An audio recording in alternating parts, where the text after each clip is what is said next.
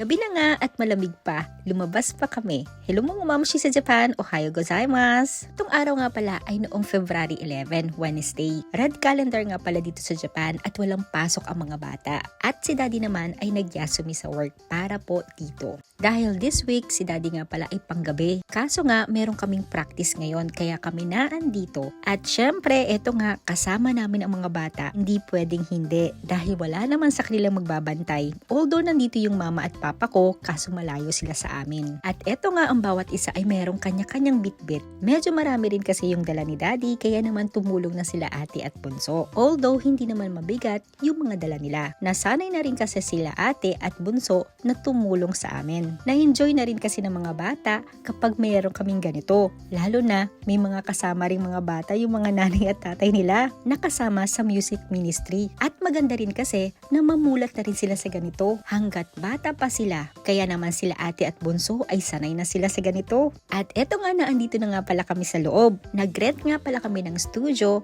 dito lang sa Anjo. O siya, bago ko ituloy, meron lang akong i-share sa inyo. Dito sa Awit 146 verse 3-4. Huwag kayong magtiwala sa mga makapangyarihang tao o kanino man dahil sila hindi makapagliligtas. Kapag sila'y namatay, babalik sila sa lupa at ang kanilang mga binabalak ay mawawalang lahat. Kahit hindi ko nga i-explain, napakalinaw ng sinasabi dito na huwag tayong magtitiwala sa tao. Kahit gaano pa kataas ang kanyang estado sa buhay, kahit marami na siyang napuntahan, kahit gaano pa siya kagaling, o kahit marami na siyang napatunayan sa buhay, ang tiwala lang ay para sa Panginoon. Hindi ko naman sinasabi na hindi ka matutulungan ng mga tao dahil meron ding pinapadala ang Diyos na instrumentong tao para tulungan din tayo. Ang point ko dito, kahit sino pa ang dumating sa'yo, dapat sa Panginoon ka lang magtiwala. Yun lang at wala nang iba. Kung sa tao lang tayo magtitiwala at nakatingin, oo, sa umpisa ay exciting at masaya, pero ang lahat ay pwedeng magbago. Paano na lang kung ang tiwala mo ay nakatayo sa mga taong pabago-bago?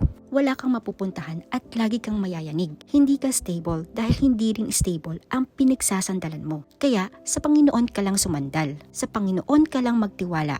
Kaya kahit anumang mangyari sa paligid mo, sa sitwasyon mo man, hindi ka apektado. Dahil sa Panginoon ka lang nakatingin at sa pangako niya. Sana po, naintindihan po natin. O siya, balik na po tayo dito sa aking video. At ito na nga yung ating mga musician. Until now ay inaayos pa rin nila yung tugtugin. At syempre, nag-practice din tayo ng sayaw. Kaya medyo napagod din kami. Kaya naman nag-join na rin tayo dito para makapag-fellowship na rin tayo at makakain na rin.